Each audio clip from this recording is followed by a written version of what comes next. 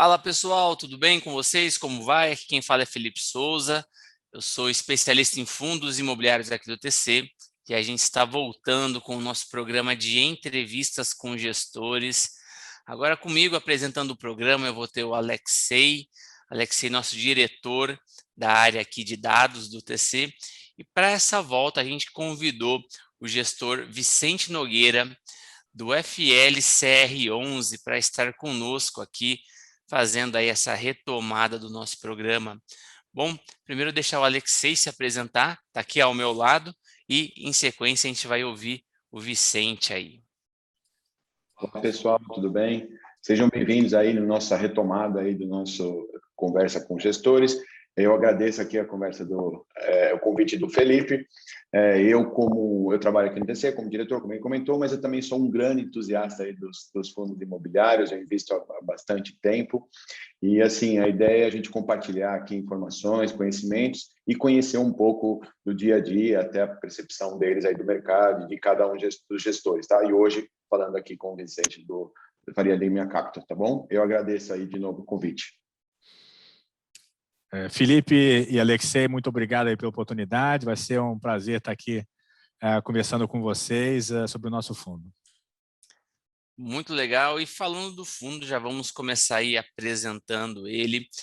O Faria Lima Capital Recebíveis Imobiliários, tá? É o FLCR11.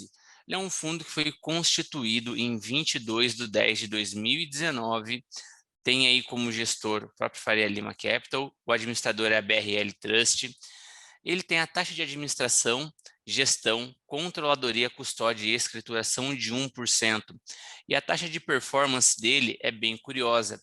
É 20% do retorno do que excedeu o benchmark. E o benchmark ele é igual ao IPCA mais X, sendo X uma variável, tá? Que no primeiro semestre de 2021 foi definido como 2%. Então, nós temos aí esse benchmark do fundo como IPCA mais 2% nesse primeiro semestre de 2021. Eu já vou fazer aqui uma pausa na apresentação do fundo, aqui bem rapidinho, para ouvir do gestor essa explicação de como surgiu aí esse benchmark variável, qual foi essa ideia. No início, o fundo tinha como benchmark 100% do CDI, né? E daí o CDI começou a cair, né? Foi até a 2%. Nós achamos que o benchmark estava muito baixo, né? Aí nós notamos que algumas outras casas que tinham o benchmark de 100% do CDI começaram a mudar, basicamente para IPCA mais o spread do IMAB5, né? E alguns IPCA mais o spread do IMAB5 mais 1%, né? Que foi o que a gente adotou, né? Então, basicamente, para até a taxa de IPCA mais 5% de benchmark, né, é o IPCA mais o spread do IMAB5. Tem outras duas casas, pelo menos, que usam essa mesma benchmark, tá? Nós definimos como piso, caso o spread do IMAB5 seja menor do que 1%, né, a gente colocou um piso de IPCA mais 2. Né? Vai subindo, IPCA mais IMAB5 mais 1%. Quando chega a IPCA mais 5%, né, aí é o próprio IPCA mais spread do IMAB5. Então, pode ser IPCA mais 5, IPCA mais 6, etc. Vai depender do spread. Né? Então, é basicamente o IPCA mais o spread do IMAB5 mais 1%. Né? Entendi, ficou bem claro. Bom que ele segue as variações de mercado, né? Tendo aí alguma diferença, alguma mudança no mercado, a gente acaba tendo um benchmark variável que acompanha aí essa dinâmica do mercado tão importante. Esse momento que a gente teve durante o Covid, uma queda aí bem acentuada na taxa Selic, para tentar fomentar aí um pouco mais a economia num momento de recessão. E agora a gente vê a taxa Selic retomando aí a patamares mais tradicionais para o cidadão brasileiro de uma maneira geral, para o mercado de uma maneira em geral. A gente está gravando hoje, dia 30 de julho, e já temos aí uma expectativa, segundo o Boletim Focus, que saiu nesta semana, para a Selic a 7% no final do ano. Bom, voltando aqui sobre a apresentação do fundo, né, terminando de concluir aqui, ele tem R$ 50.417.226,04 de patrimônio líquido, é uma cota patrimonial de R$ 100,83, são mais de 500 mil cotas emitidas, ele é destinado para o investidor em geral. No começo ele era um fundo restrito, destinado ao investidor profissional, correto, Vicente? E agora ele fez essa mudança para o público em geral. E atualmente possui pouco mais de 200 cotistas. Exato. A primeira oferta, basicamente, quem investiu foram 4 gestoras, e eu, pessoalmente, né? Então, 4 gestoras que têm FOFs, né? FII que investem em outros FIIs, e também FIIs de CRI, né? Então, investidores aí que conhecem bastante bem a gente, né? Então, durante um período ficou só para investidores qualificados, depois que terminou a oferta.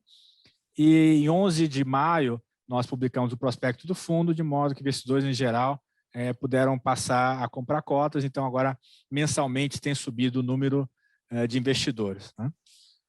Bom, bem interessante a gente ver esse crescimento, essa dinâmica do fundo. Ele começa destinado a investidores restritos, investidores profissionais, matura-se o fundo um pouco mais e abre ao público, e com certeza, imagino aí que o fundo tem aí planos de expansão, não vai parar nesse patrimônio líquido, emissões futuras deverão acontecer, até mesmo para um crescimento maior do fundo, uma maior diversidade entre ativos, um volume maior, inclusive, nos próprios CRIs ou cotas de FIIs, enfim, um crescimento de uma maneira geral, acompanhando até mesmo o crescimento na indústria de fundos imobiliários.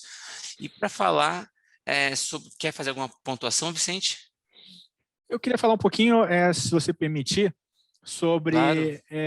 o fundo em si, né? Voltando um pouco, por que a gente criou esse fundo, né? Perfeito.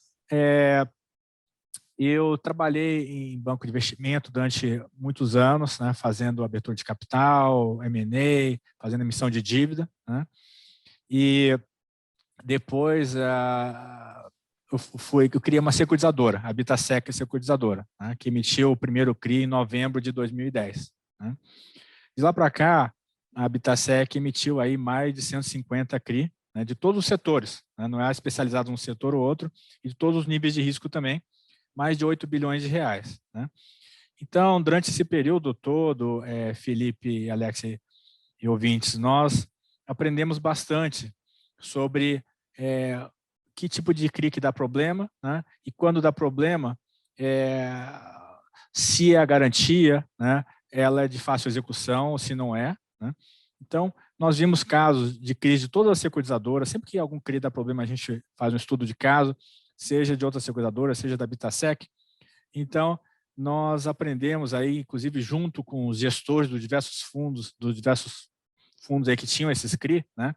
Como é que era a tentativa de solução ou a solução. Então, com esse conhecimento que a gente acumulou aí durante mais de 10 anos, né, nós achamos que estava na hora de fazer o nosso próprio FII de CRI. Né? Então, nós temos aí basicamente co-investido, né, com gestores que a gente conhece bem, né, e sempre buscando aqueles CRI que a gente tem a segurança que ou não vai dar problema, ou se der problema, a gente vai conseguir executar uma garantia imobiliária. Então, a gente tem focado em CRIs que tem a garantia imobiliária. O nosso portfólio é bem focado em risco médio. Né? Não é um FII de CRI focado em high grade, que tem taxas mais baixas, não é um FII focado em high yield, que tenha mais risco e taxas mais altas. É middle, né? Middle risk. A maior parte dos nossos CRIs tem um rating interno A. Tá? Então, não é high grade duplo A, tá? A gente tem 2 duplo B, desculpa, 2 triplo B, porque estão em obra, né, mas terminando a obra eles devem sair e ir para risco nível A, e temos um que é duplo A. Né? Não temos nenhum duplo B nem B. Né? Agora, você tocou num ponto bem interessante aí sobre o mercado de CRIs, de alguns eventuais problemas. Né? A gente vê que, até mesmo pela CETIP, a emissão de CRIs ela está sendo praticamente voltada para fundos imobiliários. A gente está tendo uma demanda, um consumo muito grande de assets independentes consumindo esses CRIs, que antes eram até mesmo destinados a praticamente grandes instituições financeiras. E hoje a gente vê uma maior diversidade em quem tem adquirido esses CRIs. Você comentou de alguns problemas também. Você pode comentar, pontuar algum tipo de problema e até passar aí uma lição didática, de ensino para o nosso investidor, a quais são os pontos de maior interesse que ele deve se atentar ao analisar ali um CRI? Claro. Eu diria que cada tipo de CRI, né, precisa de uma análise diferente, né? Então, eu diria que para todos os CRI, né, você tem que ver se você tem uma garantia real imobiliária bem constituída ou não. E se a garantia que foi dada é executável ou não, né? Então, por exemplo, né, se você tem lá, digamos, num CRI residencial de incorporação, CRI de estoque, e que for dado garantias, como garantia, apartamentos já prontos, né? Uhum. Então, foi dado, sei lá, 30 milhões em apartamentos prontos, foi dada a aliança fiduciária de cada um dos imóveis para um CRI, digamos, de 20 milhões. Né? Então, um CRI de 20 milhões tem 30 milhões de unidades prontas, né? Você tem uma garantia aí bem clara, né? Agora, se no outro CRI, né, não foi dada a alienação fiduciária que é registrada na matrícula, né? Quando o cara vai comprar, vai ver a matrícula, está lá registrado, que lá foi dado como garantia. Se não foi dada uma alienação fiduciária de um imóvel, foi dado, digamos, uma alienação fiduciária da cota da SPE. Tá? Isso já é mais temerário.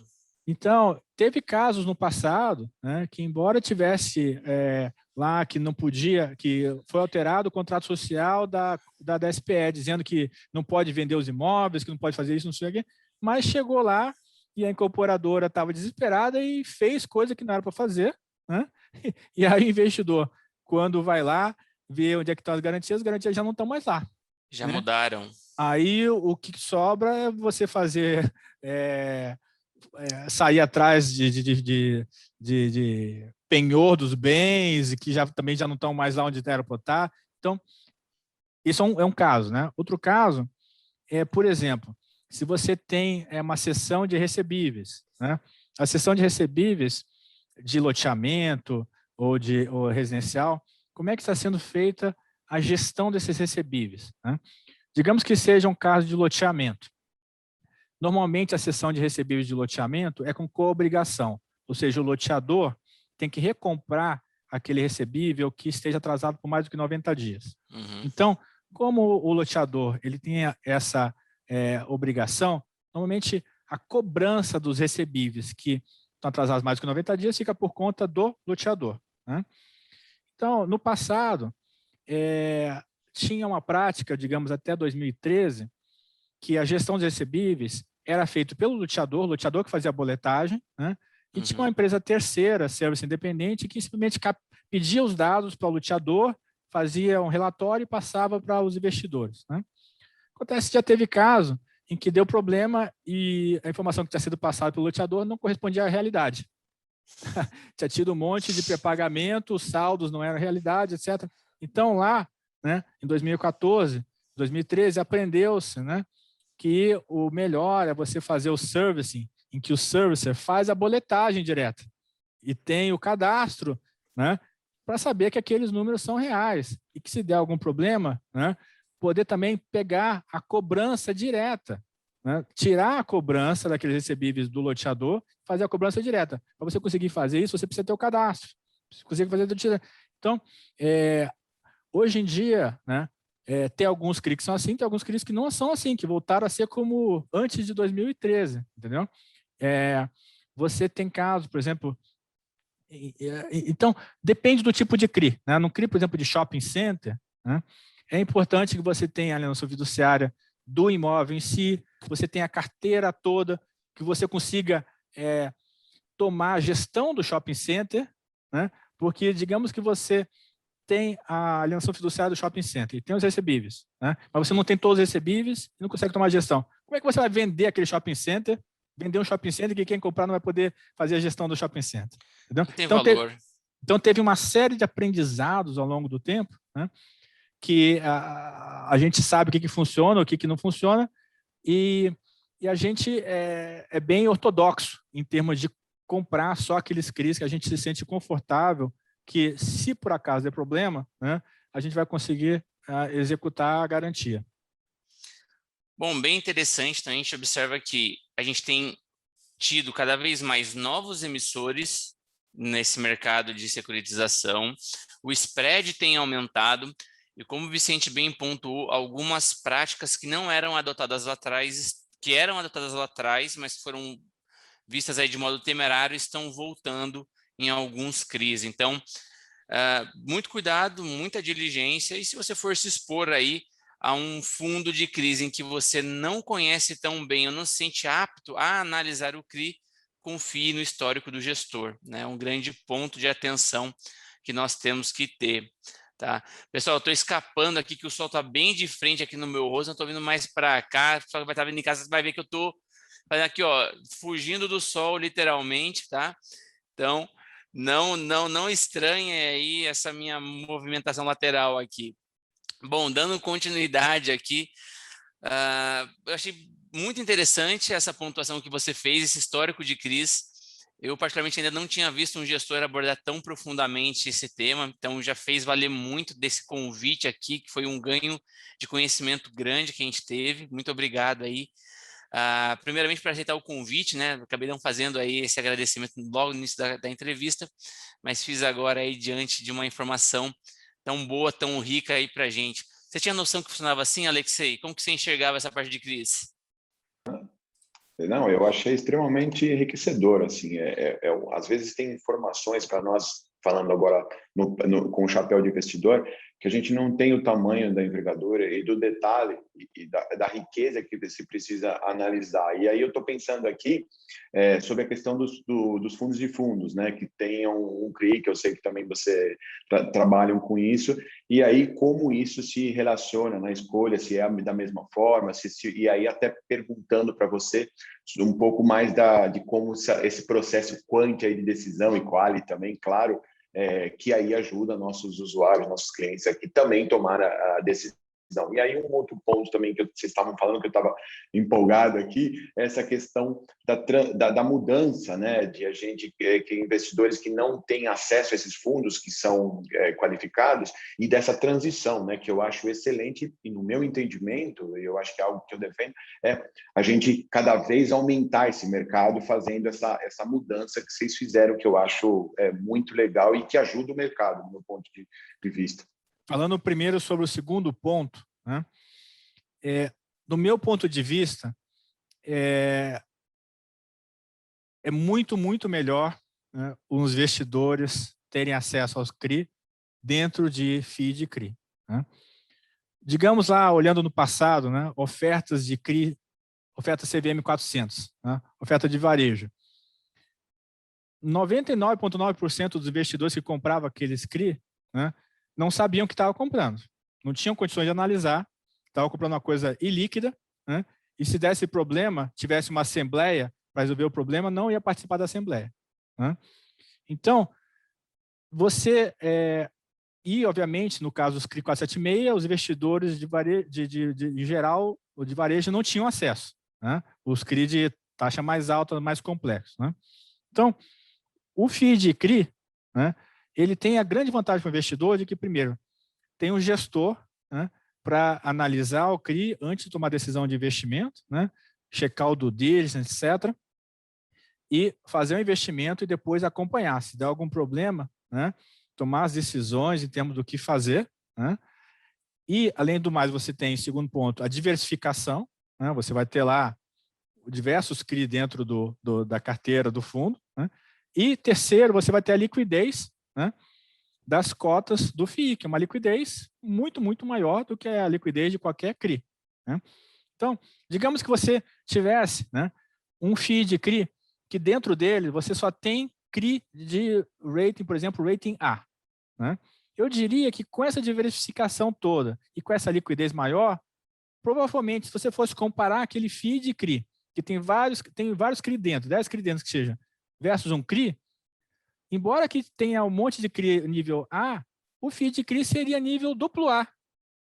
Seria um nível de risco inferior porque você tem a diversificação e você tem mais liquidez, né? Então, você tem essa geração de valor, né, que mais do que compensa lá um e pouco por cento de custo do gestor e administrador, etc. Então, faz todo sentido, né, esse crescimento ano a ano de qual o percentual dos CRI que estão sendo comprados por FII de CRI, né? Em relação à sua primeira pergunta, né, sobre a nossa posição de 8 milhões e pouco que o fundo tem investido em FII de CRI, é muito simples, né?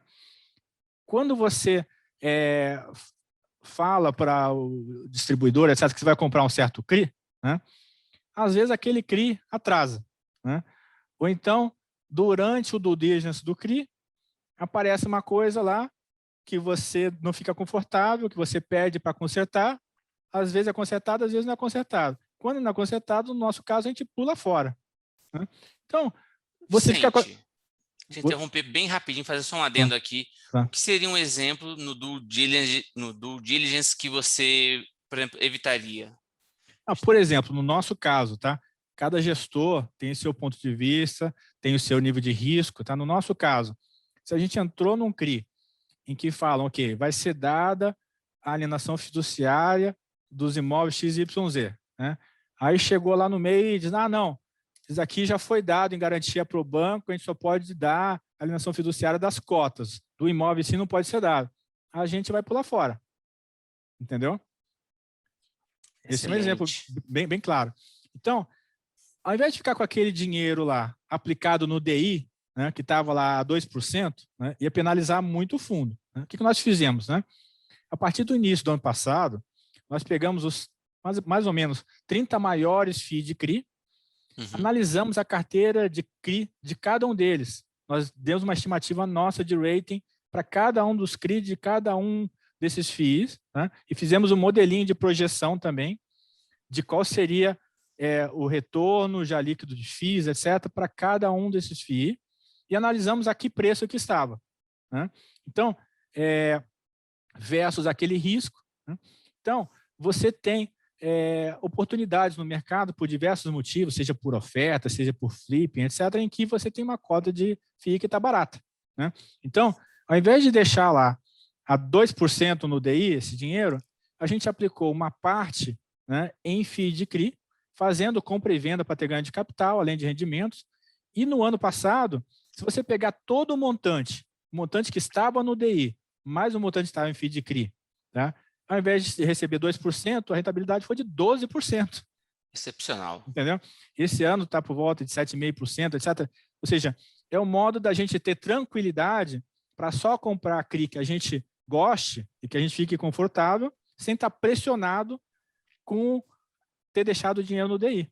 Mas o nosso objetivo, né, não é ficar investindo em FII de CRI, simplesmente para esperar. Agora, vamos dizer, por exemplo, que a gente fez investimento em FII de CRI e que tem um CRI que finalmente está pronto para liquidar, né? Só que naquele momento que está pronto para liquidar, tem a flipagem lá das cotas do nosso FII de CRI que tem investido. A gente não vai vender naquele momento.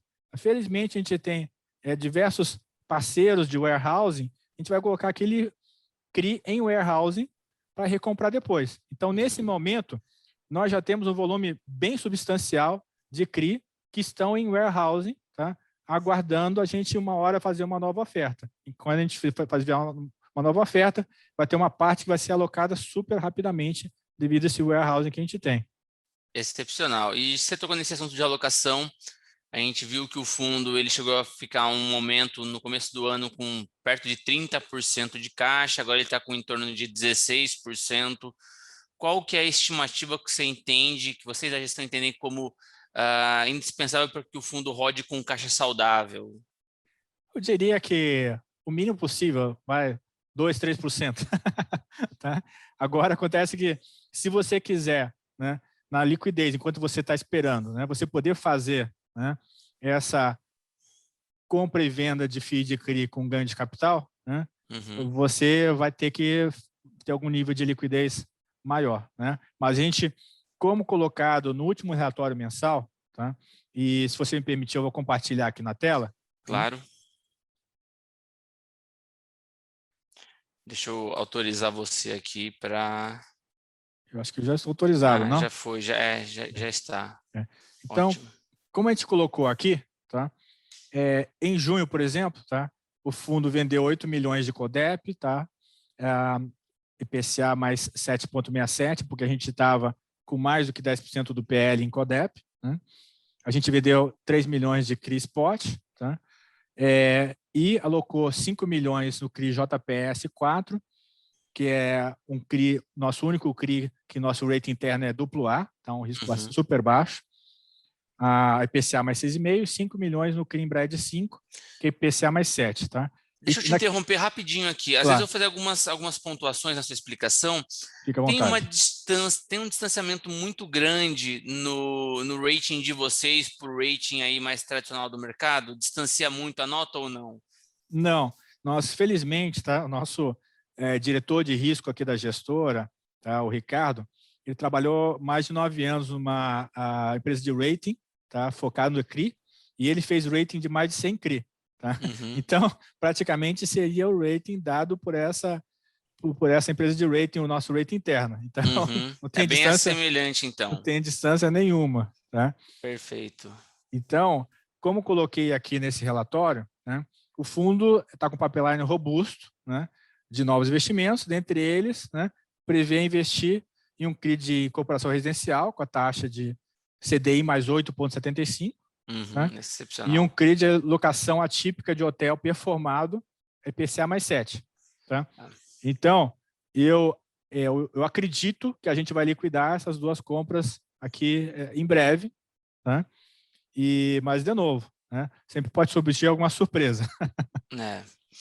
Um ponto, desculpa, assim, no mesmo sentido que o Felipe comentou aí de interromper um pouco, me chamou a atenção também, eu ia te perguntar sobre, num contexto mais geral, sobre essa nova onda, vamos dizer assim, que tomara que dê certo e aumente, sobre os residenciais, né, sobre os fundos residenciais. Aí eu queria entender e saber até um pouco, já que você comentou que é um movimento, e aí entender também qual é o futuro aí desses novos investimentos, se vai ser realmente pulverizado ou você vê esse residencial mesmo como algo que vai evoluir bastante, crescer bastante? Olha, compartilhando de novo aqui, se vocês olharem na nossa carteira, o CRI Colmeia Rhodes, tá? É residencial. Tá? Nosso rating interno é BBB, IPCA mais 10%, tá? Com um loan to value, né, que é o saldo dividido pelas garantias de 44%. Esse empreendimento deve ficar pronto no final desse ano. Tá? Tem um outro Colmeia, que é o Colmeia Living Garden, tá? IPCA mais 12, que deve ficar pronto no final do ano que vem. Tá? Então, quando esses empreendimentos ficarem prontos, a gente deve, depois de receber o ABIT, esse daqui deve passar para um rating interno de BBB para rating A. Tá? Então, a gente fica praticamente tudo com A e um duplo A. Né?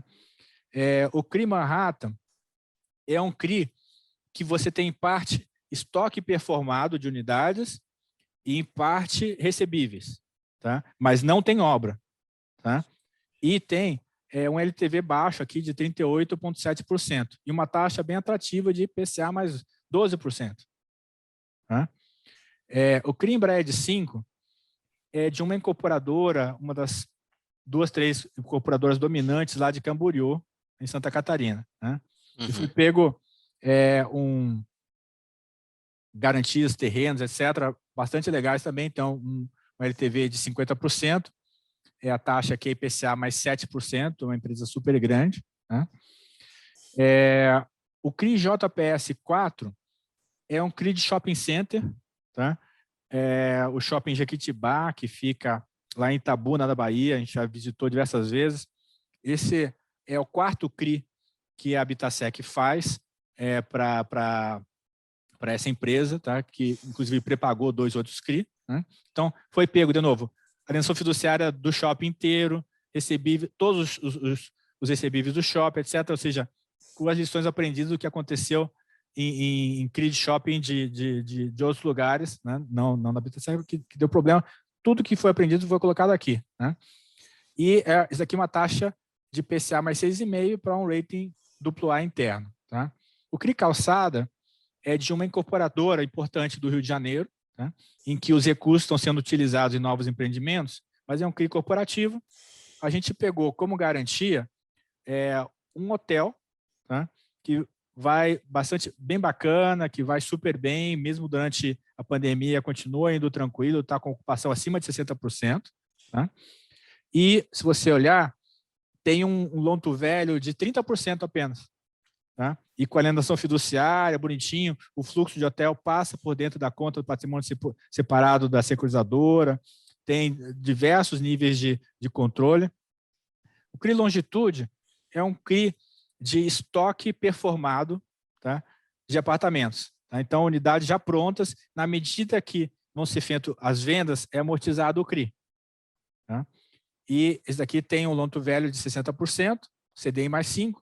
O CRI Codep é de um centro logístico que tem diversos galpões alugados para empresas grandes, tá? Como o Arezzo, por exemplo, tá? Com contratos atípicos, né? E está a IPCA mais 7,67. O loan to value, 39%. Então, vocês veem que tudo coisa realmente bem tranquila, né? E com uma taxa média que deu de IPCA mais 9,8%, próximo aí de IPCA mais 10%. Né? Então, nosso fundo não é focado em residencial, ou loteamento, ou shopping, nada disso, tá? A gente, por enquanto, não tem nenhum CRI de loteamento, a gente gostaria de ter, né?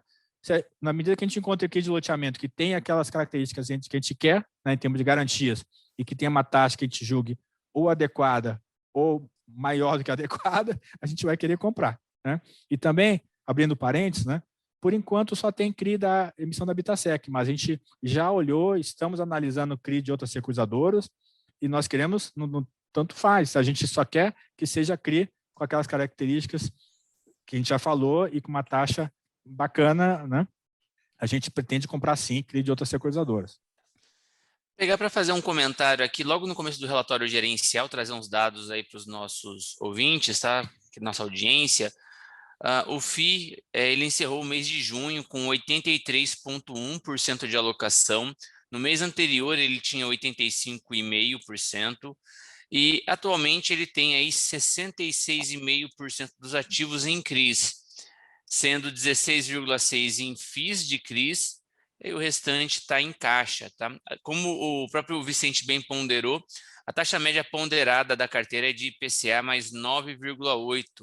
Bom, ele já comentou do giro que a gestão fez esse mês e também falou sobre o pipeline. Eu não sei se ele vai poder ou não, mas eu vou perguntar aqui. Vamos ver se vai ser possível ter aí essa resposta. Mas tem uma estimativa para reduzir o caixa, já que uma vez que vocês comentam que vocês têm um pipeline robusto e que você também comentou que o ideal seria 2 a 3% de caixa. Pipeline, mais uma intenção de reduzir o caixa, isso converge em energia para reduzir.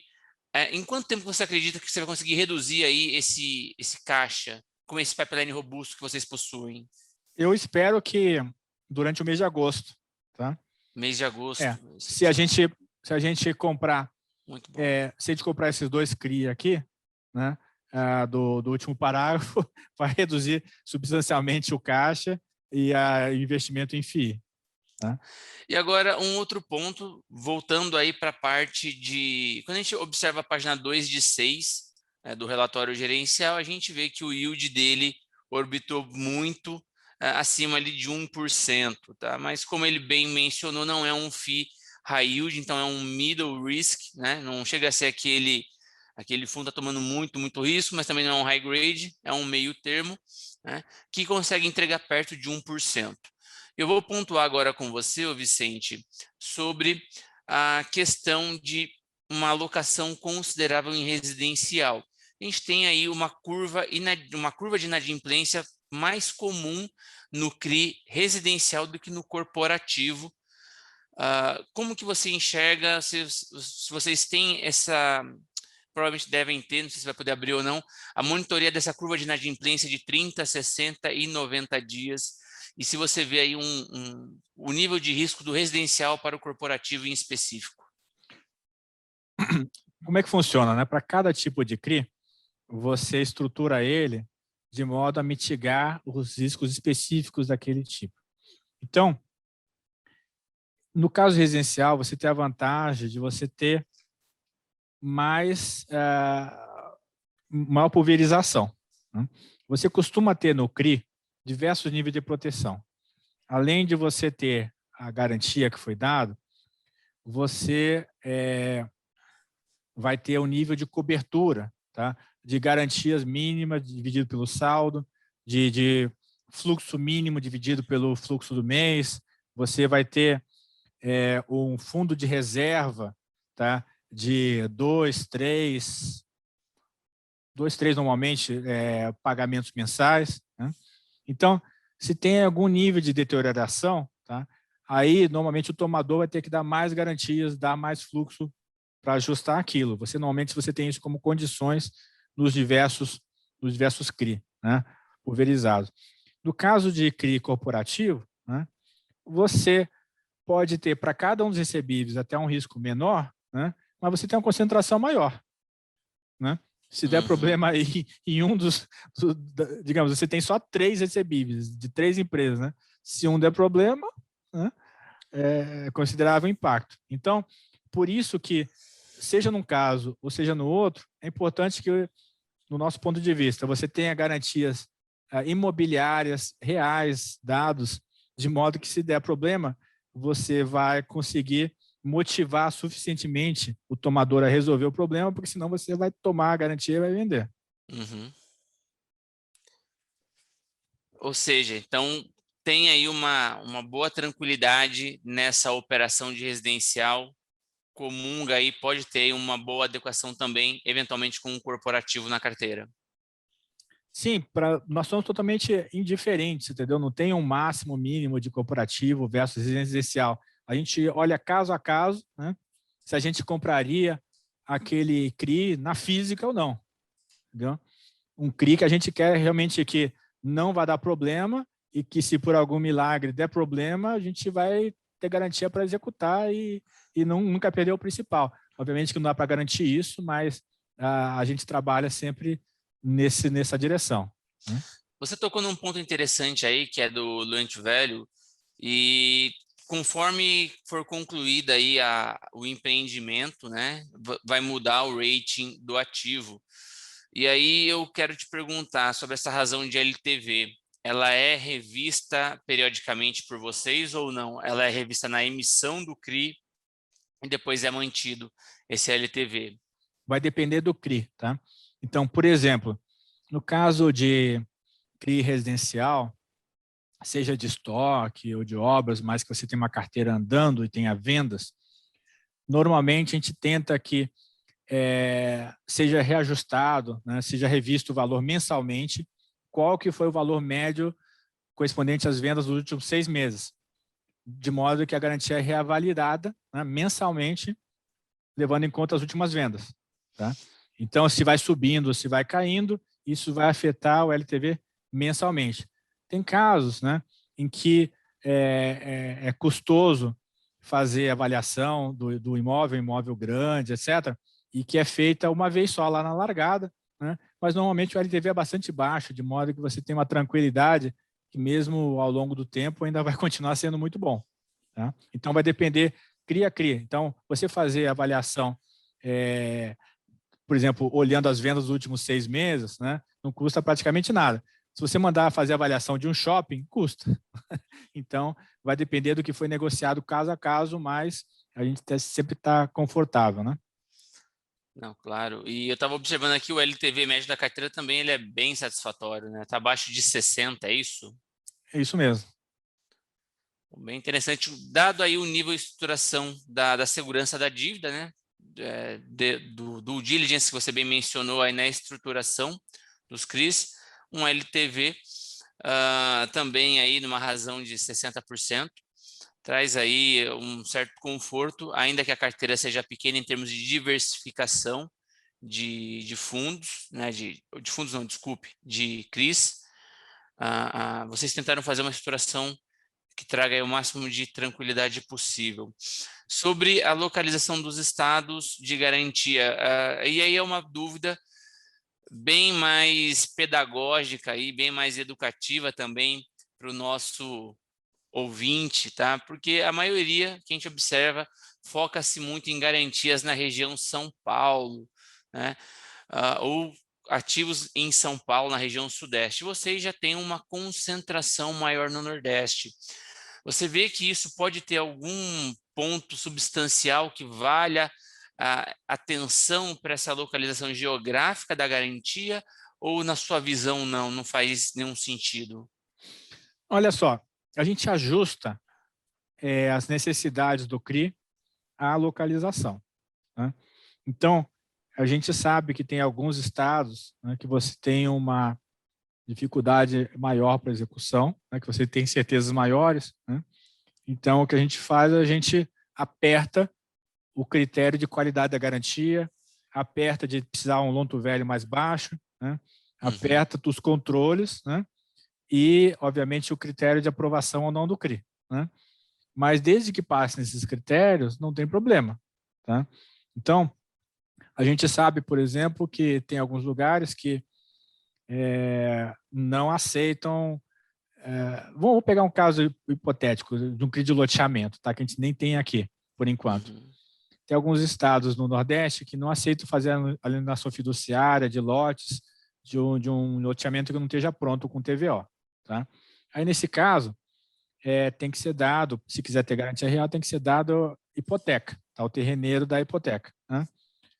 Mas aí vai lá, o terreneiro não quer dar hipoteca porque custa caro e dá alienação fiduciária de cotas do loteamento.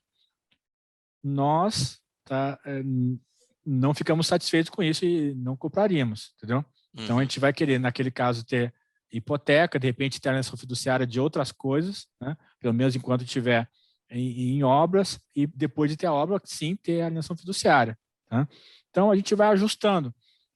Se a gente sabe que num certo local vai demorar um pouco mais para vender o imóvel, se tiver que ser retomado, a gente vai pedir um LTV mais baixo.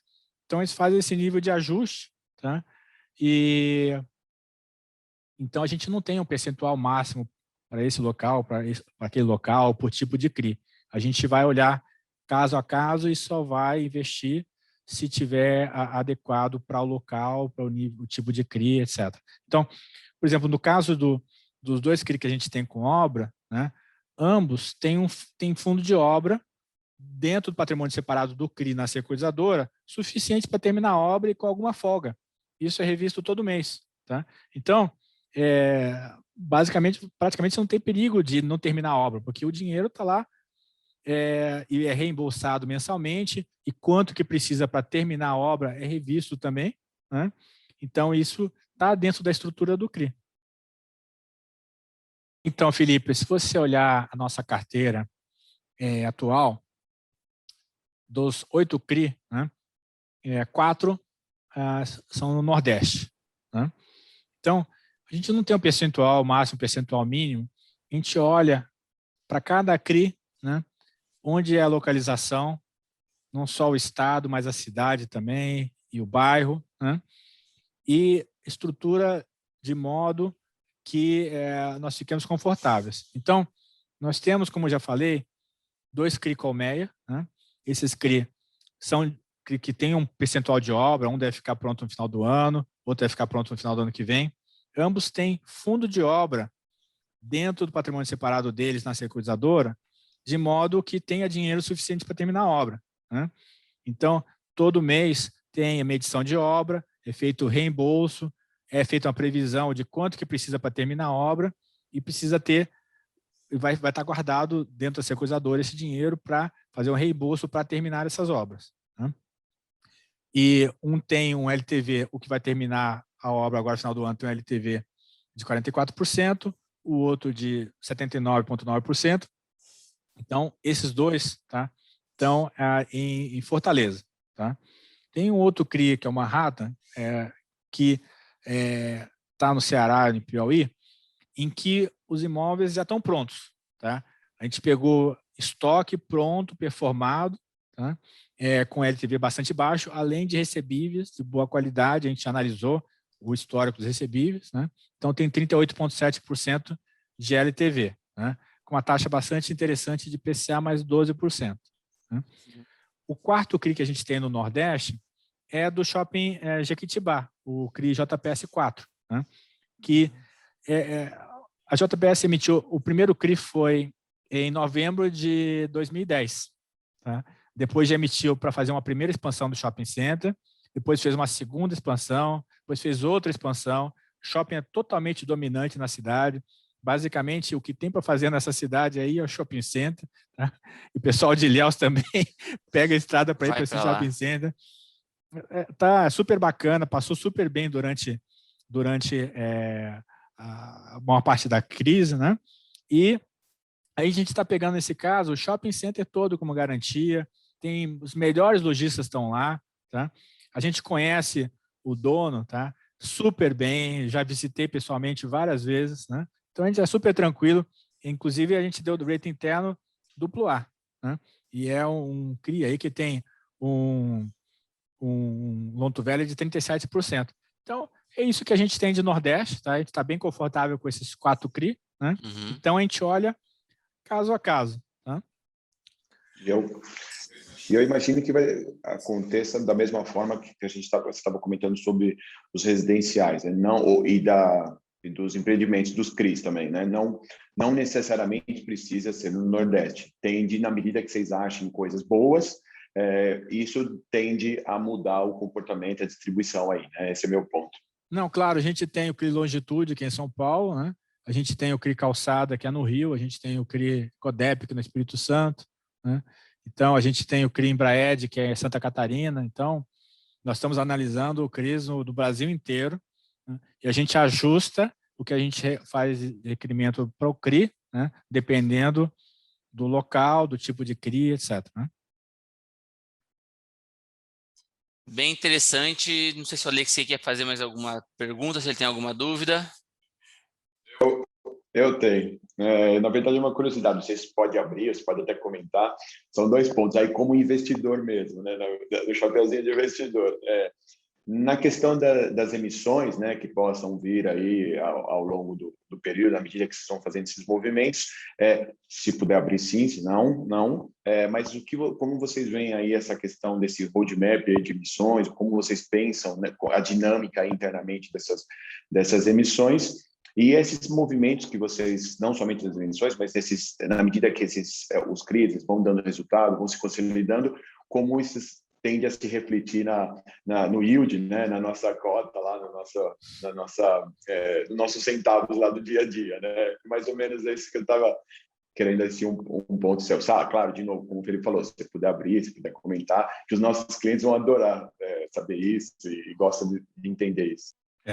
Você sabe, né, Alexei, que a gente não pode dar previsão de rentabilidade, né? E que a rentabilidade histórica, né, não é garantia de rentabilidade futura.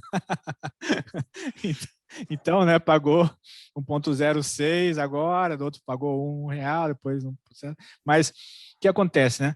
O IPCA, né, teve aí um patamar alto, né? E a expectativa é que o IPCA caia, né? O nosso FII não tem nada a GPM, né? O GPM teve um patamar super alto, né? Que também vai passar, né? Então, basta olhar qual que é a previsão aí para os próximos meses, para os próximos anos de IPCA, né? E de CDI, né? Pode ser que a gente venha comprar aquele de GPM no futuro, não dá para ter certeza agora, né? Então, isso aí já vai ter um certo impacto, né?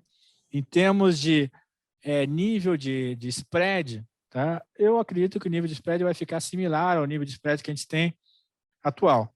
A gente tem visto que, com esse montante substancial de dinheiro entrando nos FIIs de CRI, né, está tendo muita demanda por CRI, e, de um lado, devido a essa competição, às vezes você tem um pouco de compressão de spread. Tá? Se você pensar aí da NTNB de 10 anos, por volta de IPCA mais 4, né, o spread em relação a isso, 4,2 spread em relação a isso, né? E daqueles em relação a CDI, a gente vê, né, naquelas distribuições mais competitivas uma redução um pouco de spread, em alguns casos não, depende de como é que é a dinâmica, e também a gente vê um pouco de competição em termos de quem que aceita menos garantia, aceita um CRI menos firme, digamos assim, está tendo isso também, né? Então, no caso que a gente julga que a taxa está inferior à requerida para aquele nível de risco, a gente não compra, né? E se a gente não está confortável com a estrutura de garantia, a gente também não compra. Então, a gente vai crescer o fundo na medida que a gente encontre CRI que tenha esse nível de garantia que a gente gosta e que tenha a taxa que a gente acha adequada, né, ou superior à adequada para aquele nível de risco, né? Então, nós, como eu já disse, tá? Nós já temos um montante substancial de CRI comprados e colocados em warehousing, tá? E a gente, obviamente, não pode falar quando que a gente vai fazer uma nova oferta, ou se a oferta vai ser uma oferta 476, ou se vai ser 400, a gente não pode falar isso, né? Mas a gente pretende, sim, obviamente, crescer o fundo, mas crescer o fundo rapidamente não é a nossa prioridade. A nossa prioridade é crescer na medida que a gente encontre ativos com essas características e que dê esse nível de rendimento, né? Porque eu acho que o investidor, ele quer, né, comprar um FII que tenha CRIs de boa qualidade, que muito improvável que dê problema, que se dê problema vai ter garantia atrás e que dê uma rentabilidade bacana. Acho que o investidor não está muito interessado se é um FII gigante. Obviamente que aumenta a liquidez, né? Mas para a maior parte dos investidores, a gente entende que não faz muita diferença ter uma super liquidez, porque, como a gente viu aí recentemente nessa discussão aí de reforma tributária, né, 58, de acordo com as informações da B3, né, 58% desse 1 milhão e 300 e tantos investidores de FII não tem nem 10 mil reais investido, né? E 80% deles não tem nem 50 mil reais investido. Então, a partir de um certo ponto, entendeu? O nível de liquidez é mais do que suficiente para quase todos os investidores, né? Então, a gente vai crescer na medida que a gente encontra esse tipo de ativo. Na medida que a gente for crescendo, né, que o FII chegue a 150, 200, etc., vai ficando mais fácil de ter acesso às emissões das outras securitizadoras, né? Porque se você só pode comprar 5 milhões, né, às vezes é feita uma distribuição e um fundo compra 100% e não sobra nada para mais ninguém, né? E não tem praticamente emissão de 5 milhões, né? Então, você é obrigado a estar sempre investindo. Na medida que for crescendo, deve ficar mais fácil, né? Se você pode botar 20 milhões em cada compra que você faz, você vai crescer mais rapidamente do que você podendo colocar 5 milhões só, né? Então, a tendência é essa, e a gente vai caminhar, mas vai caminhar de uma forma conservadora, né? Buscando bons ativos e um bom rendimento para os investidores. Então, para sintetizar aqui, Vicente, assim me corrija se eu estiver errado, a ideia é crescer no momento certo, e quando o Alexei fala ali sobre a parte do yield projetado, não, pelo que você também falou de spread, não ter um spread menor do que você já tem hoje. Você não quer ter uma carteira um pouco menor do que a que você tem hoje. Não posso garantir isso, tá? Não é garantia, mas assim, você trabalha para manter esse yield, esse spread em cima ali da B. A gente vai continuar focando mais em CRI de nível de risco A, né? Alguns triplo B, de vez em quando algum duplo A, né? E vai ter o nível de spread que o mercado vai estar praticando para isso, né? Obviamente, se uma hora, lá daqui a alguns anos, né, cai substancialmente, a gente vai ter que se adequar, não tem jeito. Então, vai acompanhar. Né, a gente vai estar aí, obviamente, acompanhando tudo o que está acontecendo, né, mas a gente vai focar nesse nível de risco, né, e no spread adequado para esse nível de risco. Eu estou aqui com o Boletim Focus aberto, o último que a gente teve, né, saiu aí dia 20, aliás, 23 não, eu estou com o do dia 26, a gente já tem uma previsão de Selic para 7% no final do ano.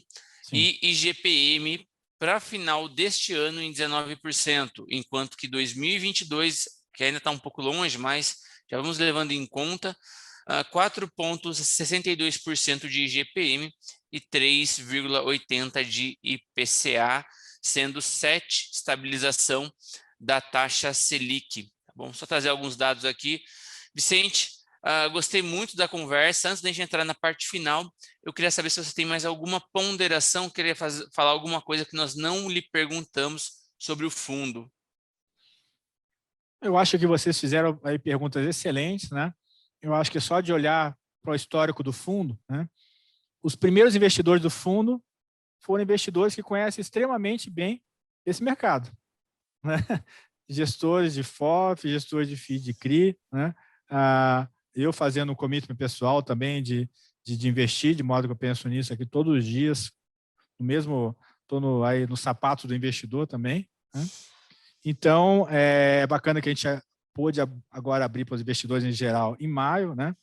E tem crescido o número de investidores. A gente vai ficar muito contente se subir o número de investidores o mais rapidamente possível, né? E a gente quer que cada um desses investidores tenha a tranquilidade de que a gente vai estar olhando os interesses deles em termos de ter CRIs que tenha dentro do... Não necessariamente o que a gente faz aqui está dentro do regulamento. O regulamento é bem amplo, mas a gente foca em comprar realmente CRI que a gente acredite, baseado na nossa experiência aí de longa data e de muitos CRI, né? E também quer ter uma rentabilidade que seja atrativa, né? Excelente, Vicente. Bem legal. Tem mais alguma ponderação, Alexei? Não tenho. Acho que, como a gente comentou, acho que explanou tudo direitinho, deixou bastante claro. E, de novo, como investidor, eu acho que essa transparência e essa conversa e essa forma de trabalho, de sentir seguro, como você comentou, para mim assim, espetacular. E no sentido de todas as perguntas, porque você vê o último ano tem mantido uma entrega e um cuidado, como você comentou, que se reflete na entrega, né? Ou seja, no yield, na nossa cota. Então, assim, eu gostei bastante. Isso dá uma clareza, enfim, de novo, e uma tranquilidade para aportar e conhecer o fundo. Eu só quero agradecer o seu tempo e a sua disponibilidade para vir aqui falar com a gente, tá? Eu agradeço muito a você, Alexei e Felipe. Muito obrigado, tá? Pessoal, ainda não acabamos, vai ter agora a fase final aqui dessa nossa conversa e a gente quer saber um pouco mais quem é a pessoa por trás do gestor, a pessoa por trás da gestão do fundo. Vamos querer saber quem que é o Vicente. Vicente, a gente sempre pergunta aqui para os gestores algum livro para recomendar, pode ser um livro de mercado financeiro e um livro de desenvolvimento pessoal, um livro que tenha impactado você, um livro que você tenha gostado muito fora de mercado financeiro. Então, a gente sempre pergunta um ou outro, mas como estamos em dois aqui, eu e Alexei, vai ter que falar um livro de mercado financeiro e um livro fora do mercado financeiro que você tenha gostado muito. Bom, eu vou até colocar na tela aqui. Fica à vontade. Uma recomendação de livro aí. Tem até propaganda da Amazon aqui para vocês verem. Esse livro é muito bom, tá? O título dele em inglês, tá? Esse livro aqui, ó. The Most Important Thing, do Howard Marks. O Howard, ele em português é o mais importante para investidor, lições de um gênio do mercado financeiro. Ele fez uma gestora, tá, chamada Oaktree, né? E que é uma gestora de muito sucesso, né? E ele é o gestor, é um cara realmente brilhante, né? E é um livro curto, de 180 páginas, que ele coloca de uma forma bastante direta, tá? O que o investidor precisa olhar, né? E do que ele deve fugir, né? É um livro muito bom. Eu acho que todo investidor deveria ler esse livro, né? Em termos de coisa pessoal, né? O livro que eu acho muito bacana é um livro bem longo, tá? Chama-se Musashi, né? Que é sobre a vida do samurai Miyamoto Musashi, né? Que é o samurai mais famoso da história do Japão, né? E que vai mostrando a vida dele e como é que ele vai evoluindo e aprendendo com as lutas, as coisas que acontecem na vida dele. É muito bacana, né? A história de crescimento, de persistência dele, realmente eu recomendo, né? Bem interessante. Não conhecia esse livro, o do Musashi, assim, já não sei se eu já ouvi falar. Eu gosto de arte marcial, mas eu não sei se... Acho que não passou batido por mim, não conhecia. primeiro do Howard Marks, é famosíssimo. Conheci Alexei? O do investidor, claro, é o beneficiou sim, e o do Musashi eu só ouvi falar, né? Ele, inclusive, vi em livrarias, né? Tal, é bastante famoso, mas particularmente eu não li, não. Bom, fica aí então uma recomendação da nossa Biblioteca do Gestor, mais um livro. Cada gestor que passa pelo programa, ele deixa indicação de livros que a gente vai trazer sempre para o nosso ouvinte, para a nossa audiência. 2 bons livros agora.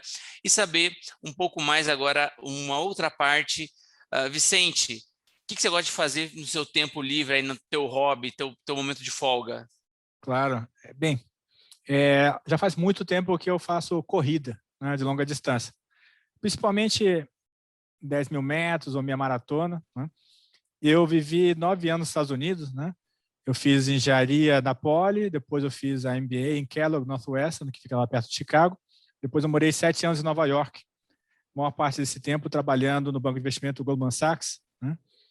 Eu era banker lá fazendo M&A, etc. E eu gostava muito de correr no Central Park, quando eu ficava lá. Aqui, em São Paulo, eu gosto de correr na USP, no Clube Pinheiros e no Ibirapuera, né? Mas como eu não gosto de correr com máscara, agora eu tenho corrido basicamente na esteira lá em casa. Eu faço luta também, faço taekwondo, né? Então eu treino aí taekwondo 2, 3 vezes por semana, né? Então é isso. Fiquei surpreso, hein? Você imaginava fazer arte marcial, Alexei? Tá movimentado a parte aí off investor, hein, gestor. Eu gosto também. Desculpa. Diga, você imagina, diga. Eu gosto bastante também das minhas viagens, né? De fazer mergulho, né? Mergulho em naufrágios, mergulho em cavernas, principalmente nas cavernas do México, cavernas do norte da Flórida, né? Gosto bastante de esquiar. Vamos fazer uma gestão de risco também por aí, né? Porque estamos um pouco arrojados aí nas coisas, né? Sabe o que é interessante, Alexei? Porque tanto no esqui quanto no mergulho, por exemplo, mergulho em caverna, é bacana porque você tem que pegar uma boa noção do risco que você está correndo e saber realmente ficar dentro do teu limite, né? Porque tem alguns paralelos, né? No mergulho, quando a pessoa começa a mergulhar, o pessoal lá da escola de mergulho fala, não tem perigo, etc., é tranquilo. Mas acontece que tem um monte de acidente e ninguém fala, né? Aí você faz o curso avançado, você faz o curso de mergulhador de resgate. Quando você faz o curso de mergulhador de resgate, é que você começa a analisar os acidentes. Entendeu? As variáveis de risco, né? E aí você vê como realmente o negócio é difícil, né? E tem perigo. E você faz mergulho em caverna, etc., você vê bastante análise de acidente e você aprende, né, a perceber e não passar aquele limite. Mesma coisa no esqui, né? Você tem diversos níveis de esqui e você está sempre esquiando dentro do teu nível, né? Estou muito cansado, para, entendeu? Porque se você está com a perna cansada, a probabilidade de você ter acidente é maior, né? Então, é importante para você conseguir perceber, entender a realidade do risco, né? E calibrar, né, obviamente, para não ter problema. Sim, eu concordo plenamente. Fazendo uma analogia rápida, eu gosto muito de fazer montanha, de escalar, de fazer hike. Tem total sentido o que você falou, de a gente ponderar os riscos, né, e sempre o nosso limite. Porque uma hora pode acontecer algo que não esteja planejado, aí a coisa não fica boa. E estar preparado, né, para que, se acontecer, você consiga resolver o negócio, né? Legal. Olha... Para fechar aqui agora, eu vou perguntar uma figura pública, uma personalidade, pode ser até um personagem, mas que você viu, que você se espelha, pode ser de um livro, de uma série, de um filme, uma pessoa mesmo, um político, que seja um bom político, uma referência, aí, um estadista, alguém que você tenha trabalhado, enfim, uma personalidade que te inspire. Tem muita gente que me inspira, francamente, viu? Você perguntou de política, né? Vai ter que escolher um. Tá na berlinda agora, é um. Tá bom. Ó, eu vou pegar uma figura um pouco aí polêmica, tá? Mas uma pessoa que eu acho impressionante é o Bill Clinton, né?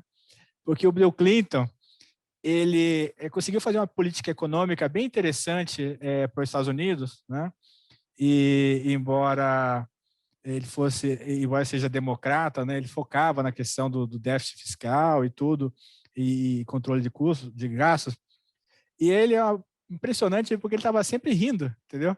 Ele conseguia, de alguma forma, estar sempre sorrindo, uma coisa impressionante, né? E eu que sou um cara meio sério, né? Eu acho que é um bom exemplo lá, que é impressionante como é que ele podia estar num funeral lá, ele conseguia estar com um sorrisinho dele modesto, né, para não ficar estranho, né? Mas realmente a figura é bem impressionante. Quando morava nos Estados Unidos, ele é realmente bem interessante essa figura. Bom, legal. Eu gosto muito de fazer essa parte final para realmente conhecer a pessoa por trás do gestor. Eu acho que essa visão dele mais de pessoa física aproxima do investidor. O investidor, ele cria laços, ele cria um vínculo, que ele faz uma associação, algum tipo de semelhança que acho que ajuda de uma maneira geral a investir. Então a gente pegou dicas de bons livros, arte marcial, que se me contassem eu não acreditaria, além de outros tantos hobbies, e agora uma figura política do Bill Clinton. A gente já ouviu falar de... teve um outro gestor que recomendou para a gente Churchill como uma figura política, você agora com Clinton. Teve o gestor da RBR que a gente entrevistou, o Caio Castro, que pratica jiu-jitsu. Agora o do Faria Lima...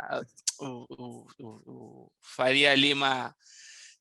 recebíveis, né? Você Capital, Faria Lima Capital. Faria Lima Capital, desculpa, me falhou aqui, peço desculpas.